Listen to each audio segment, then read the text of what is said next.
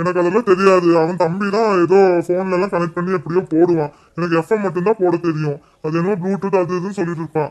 அதெல்லாம் எனக்கு போட வராது. வேணா நீ வேணா போடுறேன்னா போட்டு பார்த்தா. இப்போ எதுக்கு இப்படி மூஞ்சில அடிச்ச மாதிரி பேசுற நீ?